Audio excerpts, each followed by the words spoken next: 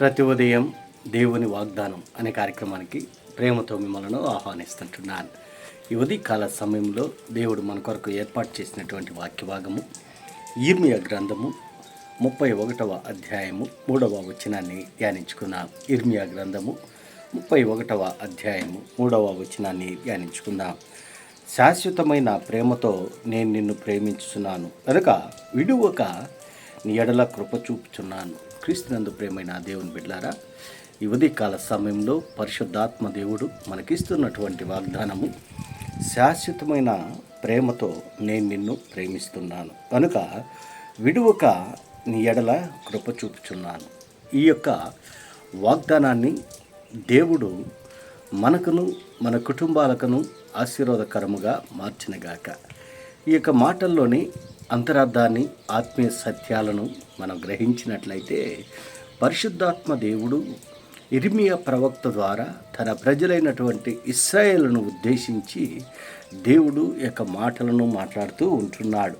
ఎందుకనగా ఇశ్రాయేల్ యొక్క ప్రజల పట్ల దేవునికి ఉన్నటువంటి ప్రేమ ఎంతో విలువైనదిగా మనం చూస్తూ ఉంటున్నాం. ఎందుకనగా మరి అలనాడు పితరులతో చేసినటువంటి వాగ్దానాన్ని బట్టి, ప్రమాణాన్ని బట్టి, అబ్రహాముతోనూ ఇస్సాకుతోనూ యాకోబుతోనూ చేసినటువంటి ప్రమాణాలను బట్టి దేవుడు ఇశ్రాయేల్ యొక్క ప్రజలను ఎంతగానో హెచ్చిస్తూ ఉంటున్నాడు, ఎంతగానో ప్రేమిస్తూ ఉంటున్నాడు. దేవుని పైన తిరుగుబాటు చేసినప్పటికీ, దేవుణ్ణి విసర్జించి జీవించినప్పటికీ దేవుడు వారిని ప్రేమిస్తూ ఉంటున్నాడు. ఎందుకనగా ఆయన మాట తప్పనటువంటి దేవుడు, ఆయన శాశ్వతమైనటువంటి ప్రేమతో ప్రేమించేటువంటి దేవుడుగా ఉంటున్నాడు. ఈ లోకంలో ప్రేమలు అశాశ్వతమైనటువంటిది. మరి ఈ లోకంలో ప్రేమలు శాశ్వతమైనటువంటివి కావు. క్షణం మాత్రమే ఆ ప్రేమలు ఉపయోగపడతాయి. కానీ దేవుని యొక్క ప్రేమ శాశ్వత కాలం ఉంటుంది. మరి అందుకే దేవుని యొక్క వాక్యంలో మనం గమనించినట్లయితే ప్రేమ గురించి అనేక వాక్యాలను మనం చూస్తుంటున్నాం. ఆయన ప్రేమామయుడుగా ఉంటున్నాడు. ప్రేమ ఆయన మూలముగా కలిగి ఉంటున్నది. ఆ ప్రేమ ఆయన మూలముగానే కలిగి ఉంటున్నది. కాబట్టి ఆయనలో ఉన్నటువంటి ప్రేమ మన పైన చూపిస్తూ ఉంటున్నాడు. అందుకే మనం ఈ రీతిగా మరి ఆశీర్వదింపబడుతూ ఉంటున్నాం, దీవింపబడుతూ ఉంటున్నాం. క్రీస్తునందు ప్రేమ అనే దేవుని బిడ్డారా, ఇశ్రాయేల్ యొక్క ప్రజలు ఆ యొక్క బబులోను చెరలో నుండి మరి బయటకు వచ్చిన తర్వాత దేవుడు వారిని ఇంకనూ ప్రేమిస్తూ, చెరలో ఉన్నప్పుడు ప్రేమించాడు, చెర నుండి బయటికి వచ్చినప్పుడు కూడా వారిని ప్రేమిస్తూ ఉంటున్నాడు. ఎందుకనగా ఆయన ప్రేమ శాశ్వత కాలం ఉంటుంది. అందుకే పైభాగం యెహోవా వాక్కు ఇర్మియాకు ప్రత్యక్షమై తన ప్రజలను ఉద్దేశించి ఇక్కడ ఈ మాటలను మాట్లాడుతూ ఉంటున్నాడు.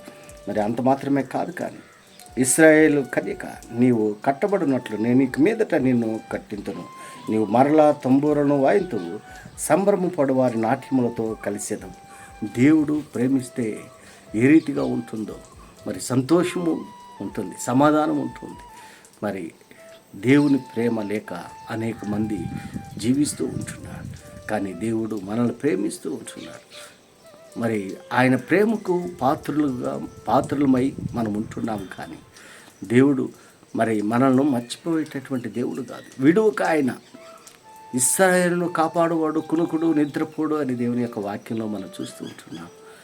ఆయన కోపము నిమిషం మాత్రమే, ఆయన దయ ఆయుష్కాలం ఉంటుందని దేవుడు వాగ్దానం చేశాడు. కృష్ణుని ప్రేమ అనే దేవుని బిడ్డలారా, దేవుని యొక్క ప్రేమ శాశ్వతమైనటువంటిది. ఈ లోకంలో తల్లిదండ్రుల ప్రేమ కావచ్చు, బిడ్డల ప్రేమ కావచ్చు, స్నేహితుల ప్రేమ కావచ్చు, బంధువుల ప్రేమ కావచ్చు, ఇవన్నీ కూడా అశాశ్వతమైనటువంటిది.